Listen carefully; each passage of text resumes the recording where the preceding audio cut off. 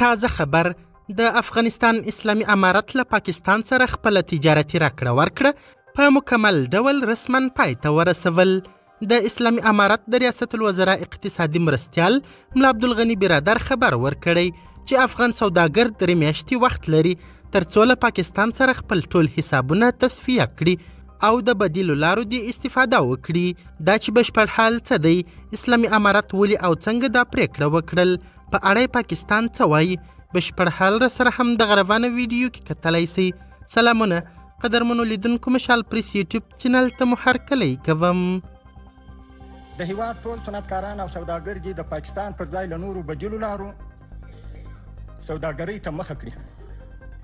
دې لارې نه یوازې زموږ تجاران زیانمن کړي، بلکې بازارونه او عام ولس یې هم له ستونزو سره مخ کړي دي.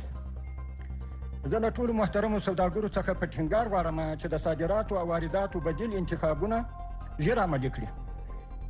د ریاست الوزرا اقتصادي مرستیال ملا عبدالغني برادر وایي افغان سوداګر دی پاکستان کې خپل حسابونه تصفیه کړي او د وارداتو او صادراتو لپاره دی بدیل هیوادونه وټاکي.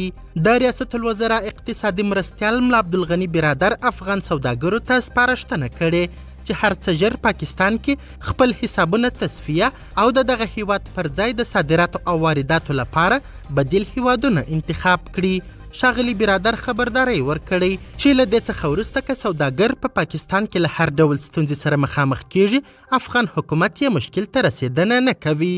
ښاغلي برادر ویلي چې پاکستان تل زموږ د سوداګرۍ پر مخ لارې تړلي او له غیر سیاسي مسایلو څخه د سیاسي ابزارو په توګه استفاده کوي. د نوموړي په خبره هغه واردات چې له پاکستان څخه کیږي نورو بدیلو مارکیټونو او هیوادونو ته دې مخه کړي چې په پراخه کچه اوس ورته لاسرسی کیږي.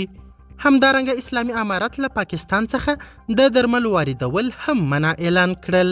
ملا عبدالغني برادر خوند ویلي د افغانستان روغتیايي سکتور د ستونزو اصلي لامل له پاکستان څخه د میلیونونو ډالرو په ارزښت د بې کیفیته درملو واردول دي او له سوداګرو یې په کلکه غوښتنه کړې ترڅو خپل واردات له نورو لارو او هیوادونو ترسره کړي.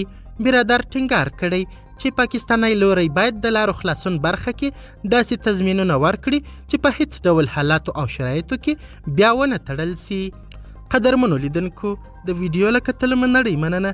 د لا زیاتو او نورو لحظه پر لحظه خبرې مطالب لپاره زموږ همدغه مشال پریس یوټیوب چینل سبسکرایب کړئ. تر بیا او بلې ویډیو ښه وخت ښې چارې د الله پامان.